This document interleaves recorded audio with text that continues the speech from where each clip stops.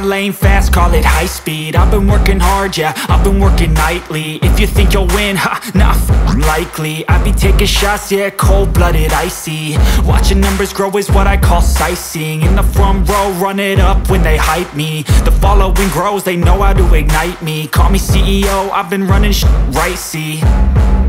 And I ain't playing games, I create my own lane. Hello guys, magandang araw sa inyo. So nagbabalik ulit ako dito sa Avida Very Settings Vermosa dito sa Dasmariñas, Cavite. So for this video naman po, another updated bike check ni Idol Mark Pandino. So kung natatandaan ninyo, meron kaming video dati sa Vermosa din, oh. Pero doon sa baba. Yun naman yung updated bike check dun sa kanyang Marcos. Marcos. So ito naman, yan. Updated bike check naman, pero ito ay Moso, no? Yung Moso Falcon. Yan. Kailan ba yung huling dating bike check ito? Matagal na, no? Sa Dang Reyna pa. Dang Reyna pa, no? sir. Nung hindi pa tayo nagbe-Vermosa. Hindi pa. Yun, way back. Nung nag-3x setup ako, no? Ayun huli, no? Yung vlog doon sa 3x niya. Yan. So, ano pa ba yan, no? Ano pa yung mga pinaritan mo dito? Ano, sir, yung hubs. Tsaka, yun, napalitan ko na rin uli yung yung disrotor nito. Yun. Mamaya i-ano natin, sir. At saka lalo lumaki yung chainring niya, no. Lalo lumaki. Yan. So ito na ngayon yung updated project, no. Ano pala, before tayo mag-start pala, Idol Mark, tanong mo na kita. Kailan ka nag-upgrade ulit ng mga parts? Last year lang, sir, sinimula ko siya doon sa gulong. Then nag chain rings, tapos naglagay na rin ako ng MTB clips. Oo, dati kang flat pedals, eh. Flat pedals ako nun. So ayan, tatalakay din natin to maya-maya. No? Yung feedback mo. Next question naman, Idol. So far, saan mo na i-ride tong Moso mo?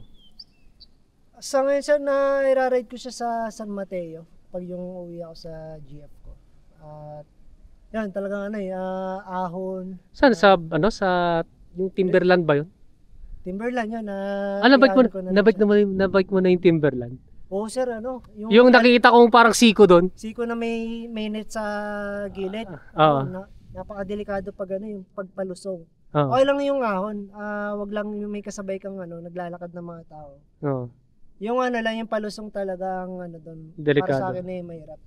Mas maigi na iakay mo na siya pababa. So kumbaga, kasi nakita ko sa video na matarik nga, pero sa actual, ano ba yung Sir, parang bangin din na, nabiglaan bulusok na ibig sabihin, mas steeper pa kaysa doon sa nakikita ko doon sa video. Iba yung actual. Iba yung actual. Kaya sabi ko nga nung binidyoan ko yun pinost ko sa Facebook ko.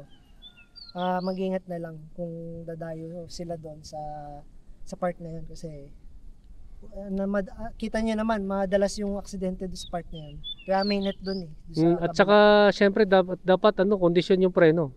Yeah, isa pa yun.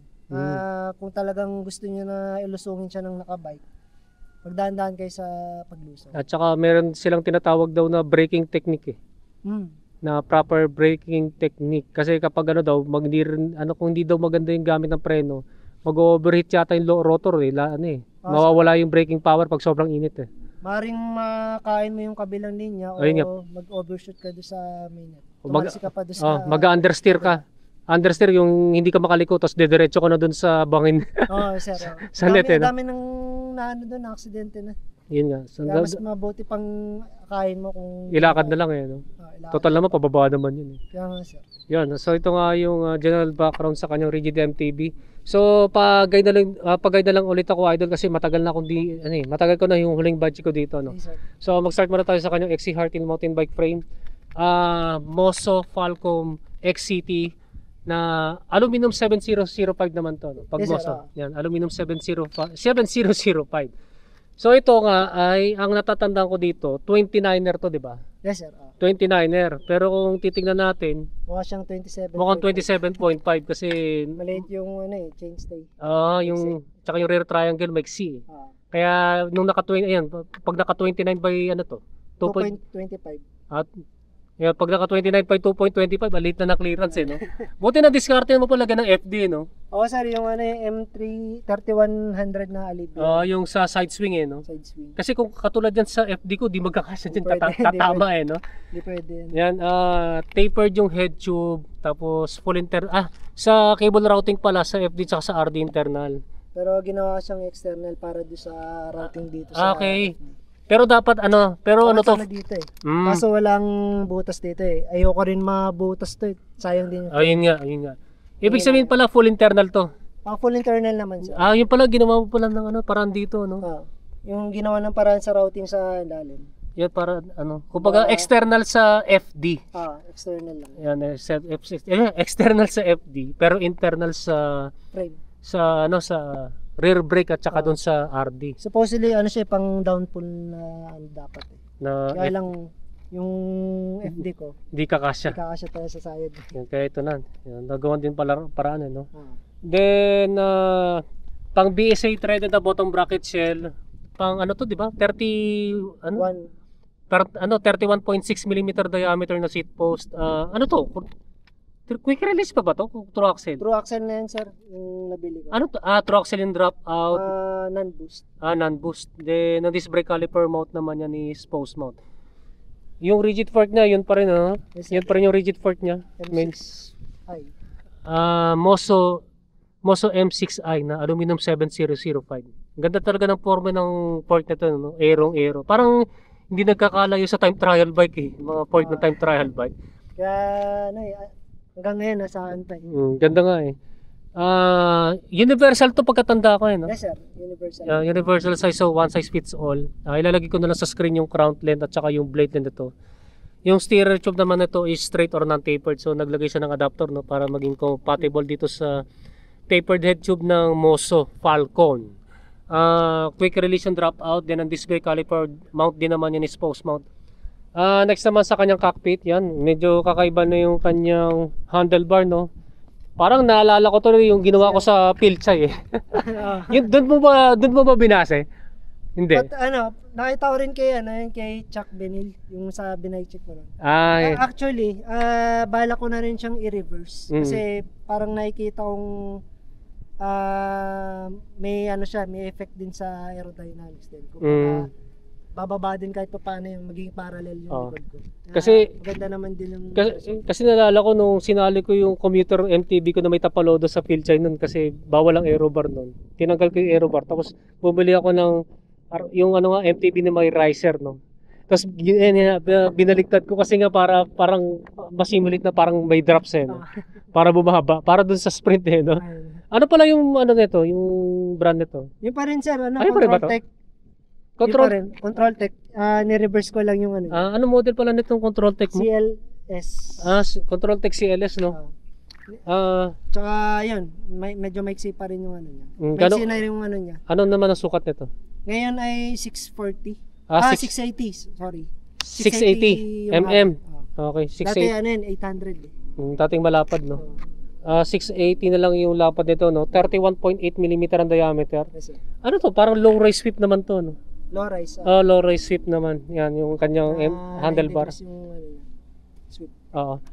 Next naman yung kanyang grips yan. Socially na ESI no. ESI pa rin. Medyo medyo worn out na. Pero okay pa rin no. Mag-grippy pa rin at saka kahit pag natuyo sa galing pag naulanan ka. Pa rin, nabalik pa rin yung grip niya. Hindi dumudulas. Hindi naman dumudulas sir. Ayun. So next naman yung kanyang stem control tech. Ano pala yung haba nito at saka yung angle? 80. At ang angle niya ay -17. Ayun. Control tech CLS na stem no, na aluminum. Then yung kanyang headset na tapered Moso no. Stock ng Moso. Na seal bearings. Next naman yung kanyang seat lamp stock ng Moso. Aluminum quick release type, 34.9 mm ang diameter. Yung seat post naman idol, yun pa rin ba? Sir, PRG. PRG pa rin yung niya seat post na 400 mm yung haba. Ayun. At 31.6 mm ang taba na zero setback na may dual bolt clamping system. Next naman yung kanyang sosyaling saddle. Kasi meron kaming paninda din dito sa pamahal nito eh. Sana all may ganitong saddle no. Cell SMP, well M1. Yes. Yan, may butas sa gitna. Yan, mahabang butas sa gitna. Mahaba yung rails niya. Mahaba yung railings, no? Anong railings nito? Magnesium? Tingin ko sir, magnesium. Yung, tapos may malambot tsaka hindi. Nagpo-flex din naman pero hindi gaano.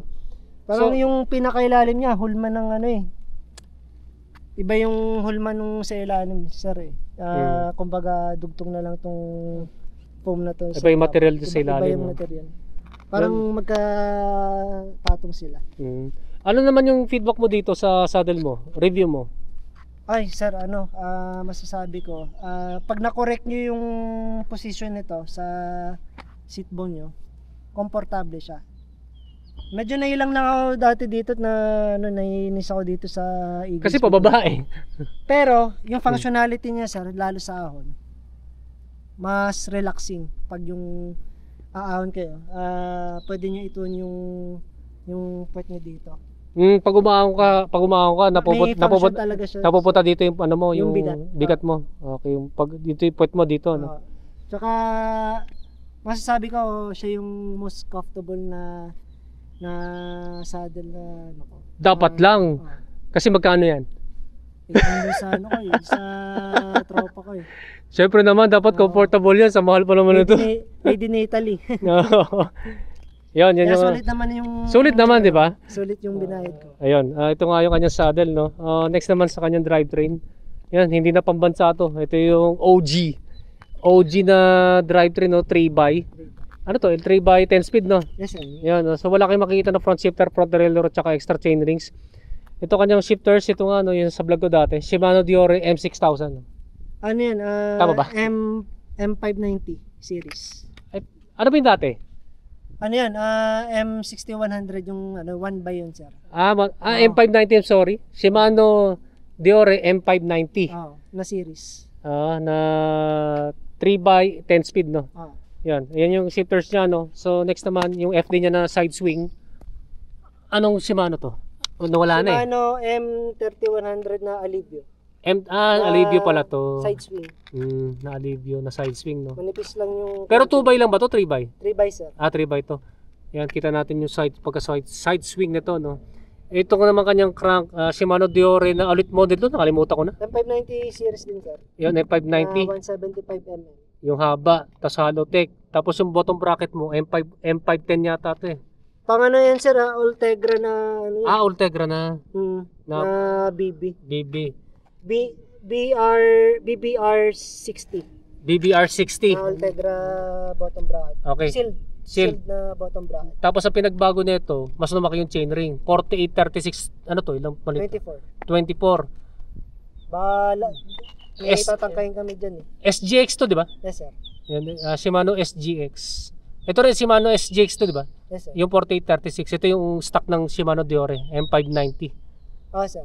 Ayun, ito yung kanyang current na crankset, no. Next naman yung pedals niya, yun, ito na yung bago. Ano to? Shimano din pala to, no? Yes, sir. Yung old school yan na 2011 model na PD 545. Ayun, PD M545. Yes, ayun. M545. So, 'di ba, matagal ka na ng flat pedals. Gaano pa katagal ka nang nag-cleats pedal? Ano lang, sir, nitong March lang. Nung nagkita tayo noon, nung mga buwan na 'yon. Babago pa lang ako nag-cleats. Medyo pa ako kumbaga hirap pa akong maka-adapt gawa Siyempre, naninibago ako sa cleat attachment system. At siyempre, mamaya katumba, di ba? Katumba, ma-accident, huwag naman sana. Ayun sir. So, kahit pa paano naman ngayon, sir, kumbaga may confidence na rin akong gumamit ito. Talagang presence of mind na lang sa daan. Sa performance naman, mas siya, sir, may power siya kumpara sa sa naka-flat pedals lang. Yun nga kasi mas efficient yung pedaling mo eh. Kung magkaka-budget ulit ako, try ko na yung gamit yung pedal system. Yung pang road bike? Pang road bike na. Kasi mas yun eh, mas efficient yun eh. Wala kasing halos play yun eh. Ito kasi may plate eh. May play pa ng konti yun. Yan. So ito nga yung kanyang pedals, no. So yung chain mo naman, ano nga ulit to? Shimano HG 54 sir. Pang 10 speed. Yun, ang linis ah. Linis na linis oh. Binabad ko sa diesel yan. Ano po, kita-kita ko po Shimano SG54 na 10 speed. Ito, ano to, Shimano M519 no? Yes sir. 11 ano to? 1136. Yun, 1136 na 10 speed. Ito, M590 rin na Shimano Diore na 10 speed no? Yes, Na RD. Yan, so ito yung kanyang drivetrain setup ng kanyang MTB. Next naman yung kanyang wheelset. Ito yung bago mo no, Vittoria Terreno 29 by 2.25. Yan, kita natin na malit ang clearance doon sa frame niya no, na pang 29er. Ano pa yung dati mong gulong? Ano sir, yung mezcal na ano, 29 by 2.25 din na gray wall. Pagdating sa rolling niyan, ano yung mas pa sa rolling? Ito sir, nakaka 31 kph ako na average dito. Ano ba dating ano sa pag-mezcal? Sa mezcal na try ko siya ano 27.8 something. Kasi kaya pala mabilis to. Mas mabilis to kasi nga ito. Ano to sir eh? Semi-slick para to no. Snake skin na ano siya na thread. Oo, yung pass rolling nga dito. Tapos pag banking ito. Ito may cornering knobs naman siya. Para mag-grip naman pagdating sa kurbada no. Parang naalala ko tuloy yung Speed King ko eh. So, meron pa. Kasi yung yung Speed King ko naman kasi mas maliit yung knobs. Ito kasi malaki. Yes sir. Sa Speed King kasi maliit, yun magkakaiba no. Pero dito parehas lang na makinis. Yun nga lang sir, pag ano, may advice lang ako sa mga karamihan na gustong bumili nito. Payo ko lang. Maglagay kayo ng tire liner kasi medyo prone sa ano to eh. Parang Speed King din. Nakailang butas na ako dito eh. Medyo malaki yung nandito eh. Bana sa kabila. Parehas na sakit ng Speed King no. Medyo sa puncture resistance no. Kahit na ano siya, kahit na tubeless ready siya. Pero natutusukan pa rin kaya siguro doblehin nyo o 4 na ply na ano na tire liner para matibay. Ano to kapag naka-tube to? Pag naka-tube. Pag naka-tube. Pero kung ano naman, kung pag naka-tubeless to, tubeless na setup, okay naman. Kaso nga lang siguro limited lang yung kakayanin ng sealant nito ano. Tsaka yung PSI niya. Yung tire pressure. Ayan. Yung ano mo, yung rims mo, ganun din ba yan? O bago pa rin? rin? Sir, firebox. Firebox no? Lang, nagkakaroon ng damage yung ibabaw ng stickers na. Kasi katagalan no. Aluminum double wall 32 holes yung spokes and nipples niya no. Pillar. And yung ano mo hubs mo, Crimson Claw. Yes sir. 6 poles no. 6 poles. Yeah, 6 poles kasi. Ano lang, di lang siya ganong kaingay nga gawa na eh. Inedit namin nung nangalawag yung ano niya, yung poles niya. Pero balak namin siyang ibalik. Dahil sa kinalawang yung poles. Kinalawang lang siya nung una kong ride na gamit na to. Yun, so i-check natin yung tunog nito nung pina-edit na no. Pakinggan natin.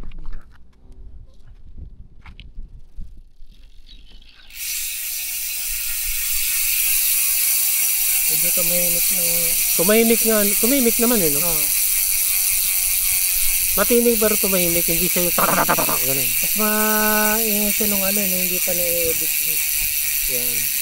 Kasi alam nila pag edit mas mabilis, mas malakas eh. Ito inedit pero mas mahina tunog. Mas mahina tunog. Baka manibago sila ano. Yan guys, yan yung tunog ng Crimson Claw MTB hubs kapag naka freewheel. Then lasa lang sa kanyang brake set. Ito yung di ba? Shimano M6100. Na quad piston sir, M6120. F6120 quad piston. Na Yami no. Yan ang pangarap kong brake set sa fat bike. Yan na hydraulic brakes and quad piston, yung nasa lang sa kanyang rotors. Ano ulit yung rotors mo? RT86 na Shimano. Yun. Na 180 mm ang Parehas 180 no. Yan, at parehas na I-Stec at parehas na floating and bolt type disc brake rotors. Yan, so Idol Mark, magkano na updated damage mo dito? Damage na gastos. Parang nahiyaw na akong sabihin. malaki na yan dahil dito pa lang malaki na eh. Sir parang Kaya ano ka na lang ilagay ko na lang sa screen, no? Ilagay na. Sabihin ka na lang sa chat nung. Ilagay, ayun, nasa screen na kung magkano, no? Ito na number 1 nagpamahal ito eh. Ito. Mahal yun eh. Lalo ito. Halos 5,000 itong isang pares na ito eh. Pero sulit naman eh, no? Sulit Sa performance, no? Tsaka, yan, masarap gamitin naman eh, no? O yan guys, ito nga yung Moso Falcom XCT updated na rigid MTB ni Idol Mark Pandinho, no? Yan, so yan, i-check na natin to, updated. So meron kayong tanong regarding dito sa kanyang astigid at paporma at poging-pogi rigid MTB. I-comment na lang ninyo sa comment section down below. Then mamalat ako eh. Pasensya na. Yo, mag-shoutout ka na. Ayun, shoutout sa mga friends ko dyan at sa girlfriend ko. At please follow nyo naman ako sa sa Facebook page ko. Tsaka yun, may content din ako ng din. Nagre-release din ako ng mga Facebook Reels. Please watch. Hope you get inspired dun sa mga pinapakita ko mga biyahe ko. Kasi content creator na ka na rin, Mark, eh, no? Ng konti lang. Konti lang. Yan. So okay na rin yun. Good start na yan. Yan, salamat sa pag-check, no? Yan guys, maraming salamat sa inyong panonood. And don't forget to subscribe sa aking YouTube channel. Pakiclick na lang yung notification button para matutuloy notify kayo. Yan guys, maraming salamat sa inyo and ride safe po sa inyo.